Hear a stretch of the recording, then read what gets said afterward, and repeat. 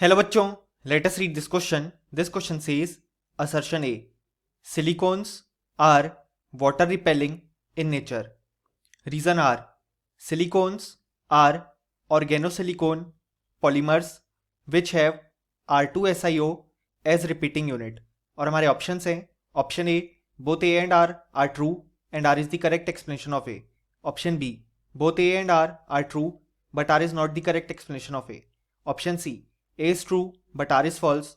Option D A is false but R is true. And option E both A and R false. So हमें इस question में assertion given है कि जो silicones होते हैं वो वाटर रिपेलिंग होते हैं इन नेचर.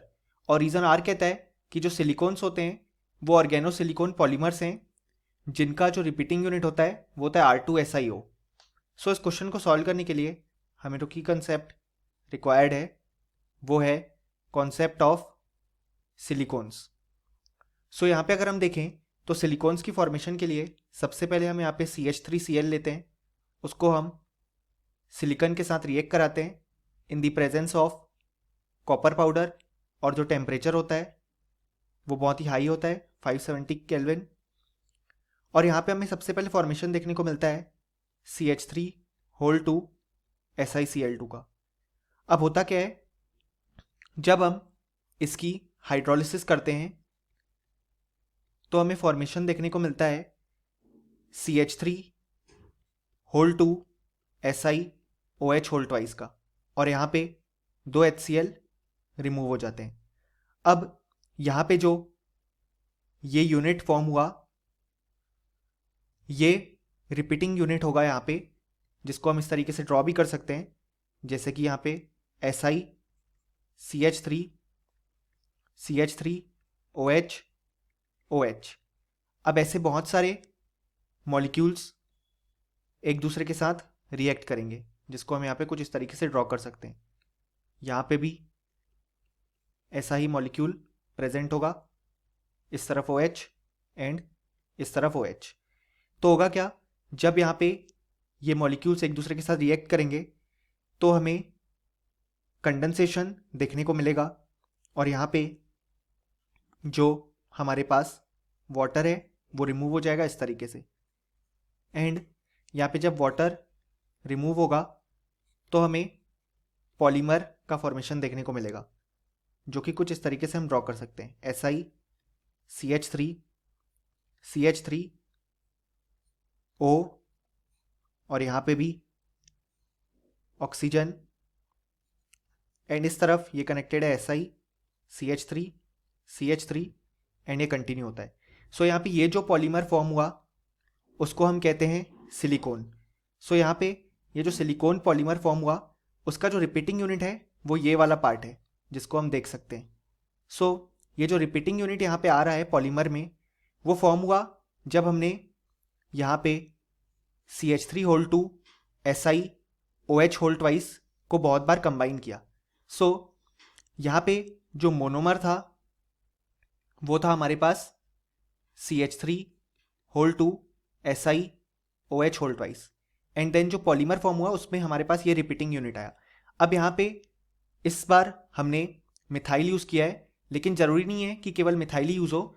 सो जनरल यहाँ पे हमारे पास रिपीटिंग यूनिट आती है फॉर सिलिकॉन, उसको हम कुछ इस तरीके से लिख सकते हैं कि यहाँ पे जो रिपीटिंग यूनिट होगी वो होगी हमारे पास SiR और इस तरफ O. सो ये हमारे पास रिपीटिंग यूनिट होती है. और यहाँ पे ये जो R है वो किसी भी अल्काइल या बेसिकली अराइल ग्रुप को डिनोट कर सकता है. यानी कि यहाँ पे जो R होगा वो अल्काइल ग्रुप भी हो सकता है और अराइल ग्रुप भी हो सकता है. सो ये आ गया हमारे पास रिपीटिंग यूनिट ऑफ सिलिकॉन.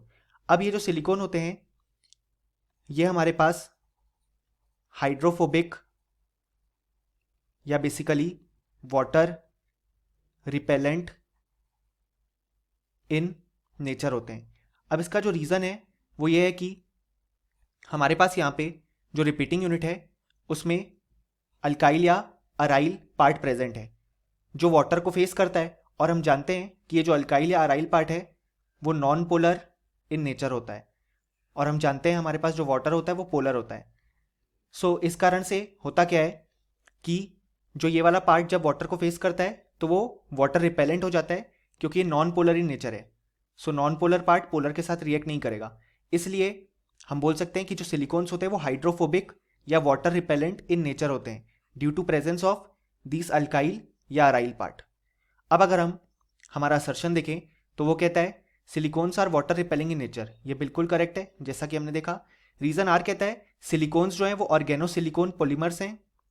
बिल्कुल सही है, क्योंकि यहाँ पे आर पार्ट प्रेजेंट है, सो ऑर्गेनोसिलिकॉन हो गया। Which have R2SiO as repeating unit. ये भी बिल्कुल सही है, जैसा कि हमने यहाँ पे ये रिपीटिंग यूनिट ड्रॉ की R2SiO। सो हमारा रीजन भी बिल्कुल करेक्ट है। लेकिन हम देख सकते हैं हमारा जो रीजन आर है वो असर्शन को एक्सप्लेन नहीं कर रहा है। असर्शन के लिए जो परफेक्ट एक्सप्लेनेशन है वो ये है कि क्योंकि यहाँ पे अल्काइल या अराइल ग्रुप प्रेजेंट है, सो वो वाटर से रिएक्ट नहीं करते due to their non polar nature. But हमें रीजन में एग्जैक्टली ये स्टेटमेंट नहीं गिवन है, इसलिए जो हमारा रीजन आर है वो असर्शन को पूरी तरीके से एक्सप्लेन नहीं करता है। सो जो करेक्ट ऑप्शन हो जाएगा वो जाएगा ऑप्शन बी, कि both A and R are true but R is not the correct explanation of A. और फाइनली हम ये बोल सकते हैं कि हमारे पास इस क्वेश्चन का जो करेक्ट आंसर आ जाएगा वो आ जाएगा option B. Hope you understood it well. Best of luck.